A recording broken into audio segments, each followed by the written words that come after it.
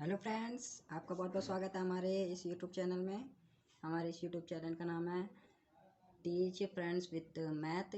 तो आपका बहुत बहुत स्वागत है हमारे इस यूट्यूब चैनल में। तो आप लोग ने देखा ही था कि मैंने जो सेकंड पार्ट बताया था उसमें हमने बहुपद के घातांक और बहुपद के गुणांक बताए थे। तब हम ये जो थर्ड पार्ट बनाए हैं उस पर हम बहुपद की जो घात है वो बताएंगे और बहुपद के जो घात के बारे में इस पे केवल टॉपिक चलता रहेगा। तो आइए देखते हैं हमारे पास जो तीसरा पार्ट है तो उसमें क्या क्या हुआ है।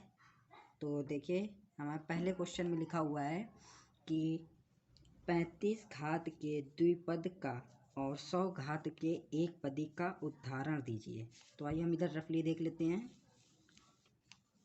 रफ बना लिया हमने यहाँ पर। देखिए, बोला है 35 घात के द्विपद का। कहने का मतलब है कि इसमें 35 होना चाहिए और उस पर 2 पद होना चाहिए, यानी जो घात है उसकी वो 35 होना चाहिए और पद हमारे वो 2 होना चाहिए। तो हम इसमें कुछ भी ले सकते हैं। 2 पद का मतलब द्विपदी होना चाहिए, यानी मान लिए x की घात 35 है प्लस का y। ये लीजिए, हो गया 2 पदी। इस तरह से हम इसे लिख सकते हैं। और इस पे बताया गया है कि 100 की घात के एक पदी का उदाहरण दीजिए, यानी जो घात है वो हमारा 100 होनी चाहिए और जो हमारा पद है वो 1 होना चाहिए। तो देखिए, जैसे हम पद ले लें कोई भी, यहाँ जेड ले लें, जेड की घात हमने लिख दिया 100। ये हो गया हमारा। कहने का मतलब है जो पद है वो 1 होना चाहिए और जो घात है वो हमारी 100 होना चाहिए। और पहले में बोला गया है कि जो घात है वो 35 होनी चाहिए और जो पद है वो 2 होना चाहिए। तो एक ये पद हो गया, एक ये दूसरा पद। तो इसमें 2 पद हैं और घात 35 है। तो इसको हम इस तरह से कर सकते हैं। बोला कि हल में यही लिखेंगे, 35 की घात के द्विपदी का उदाहरण। भाई इसमें उदाहरण ही पूछा गया है तो हम इसमें उदाहरण ही बताएंगे। उदाहरण हम कई सारे लिख सकते हैं। तो 35 की घात के द्विपदी का उदाहरण ये हो जाएगी, यानी मान लिया कि y की पावर 35 है ये, और जो वो पद है हमारे इसमें 2 होनी चाहिए। तो हमने पद मान लिया x, यानी एक पद ही है और घात हमारी 35। अब इसी तरह से हम इसका दूसरा उदाहरण भी ये लिख सकते हैं कि x की पावर 35 प्लस का z। ये देखिए, इस पे 2 पद हैं और जो हमारी घात है वो 1 है। तो आइए इसी तरह से जो इसका 100 वाला बताया गया तो हम 100 वाला भी ये लिखेंगे कि 100 की घात के एक पदी का उदाहरण।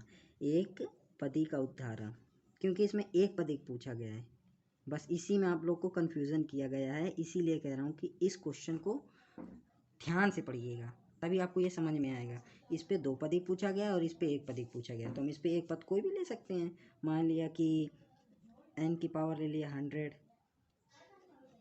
कॉमा z की पावर ले लिया 100, कॉमा बहुत सारे उदाहरण हो सकते हैं। y की पावर हम ले सकते हैं।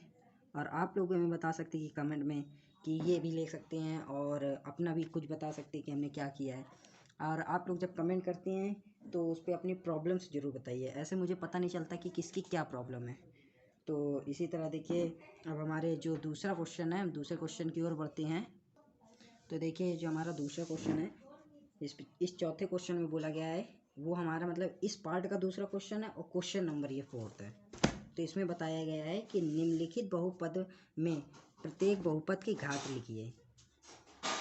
यानी जो निम्नलिखित ये बहुपद दिए हैं इनमें से प्रत्येक की घात लिखिए। और हमने क्या बताया था कि बहुपद की घात क्या होती है, जो बहुपद होते हैं उनमें जो सबसे बड़ी घात होती है पदों में, वही हमारी बहुपद की घात होती है। तो हम इसको ये आसानी से लिख सकते हैं कि 5x क्यूब प्लस का 4x स्क्वायर प्लस का 7x बराबर इसका, यानी जो इसकी घात है कि घात। अब देखिए, इस पे हमारी घात सबसे बड़ी घात कौन सी, इस पद में है भाई। इस पे x स्क्वायर है, इस पद में हमारी x क्यूब है। तो भाई 2 बड़ा होता है कि 3, इसमें हमारा 3 बड़ा होगा तो इसकी घात हो जाएगी हमारी 3। काम खत्म। इसी तरह से ये सारे करने हैं। तो आइए हम इस पे बता दें, वरना आप लोग को प्रॉब्लम हो जाए तो फिर आप लोग कहेंगे कि आपने पूरे क्वेश्चन नहीं बताए। तो देखिए, इसके हम लिखेंगे की घात, सभी में वही काम करना है जैसे कि हमने बताया था। इस पे देखिए कौन सी है, इस पे कुछ नहीं है, इस पे 2 है, तो यही हमारी घात होगी, यानी 2 इसकी घात होगी। और इस पे देखिए घात, अब देखिए इस पे कोई घात नहीं है और इस पे जो घात चढ़ी है वो अंडर रूट में चढ़ी है। अंडर रूट में जो घात चढ़ती है वो हमारी अपूर्ण संख्या होती है और जो अंडर रूट में नहीं होती वो पूर्ण संख्या होती है और प्लस में होनी चाहिए तभी वो पूर्ण संख्या कहलाएगी। तो देखिए इस पे हमने 1 से गुणा किया, मतलब जो इसकी घातांक है वो 1 होगा। हम रफली समझ लेते हैं इधर, देखिए 5t। अब इस पे 1 इसकी घात होती है। अगर आप कभी भी आगे पढ़ेंगे या हम लोग पीछे पढ़ चुके हैं कि अगर किसी के ऊपर कोई भी घात नहीं चढ़ी थी तो उसका 1 से गुणा किया जाता है। हमने पीछे इस पार्ट में पढ़ाया था, आप पीछे वाला जब वीडियो देखेंगे तो आपको ये पूरा क्लियर हो जाएगा कि इस पे 1 होता है। तो यानी इस पे 1 से गुणा किया गया और इसकी जो घात भी है वो 1 है, तो यहाँ पर 1 लिखेंगे। अब देखिए हमारे जो तीसरा क्वेश्चन है, अब इस पे देखिए, इस पे जो कहा गया है कि इसकी घात बताइए, तो हम ये क्वेश्चन थोड़ा घुमावदार है, आप लोग कई सारे लोग ये क्वेश्चन को गलत करेंगे, मगर इस क्वेश्चन को सही करने के लिए देखिए हम इसको इस तरह से लिख सकते हैं 3x⁻0।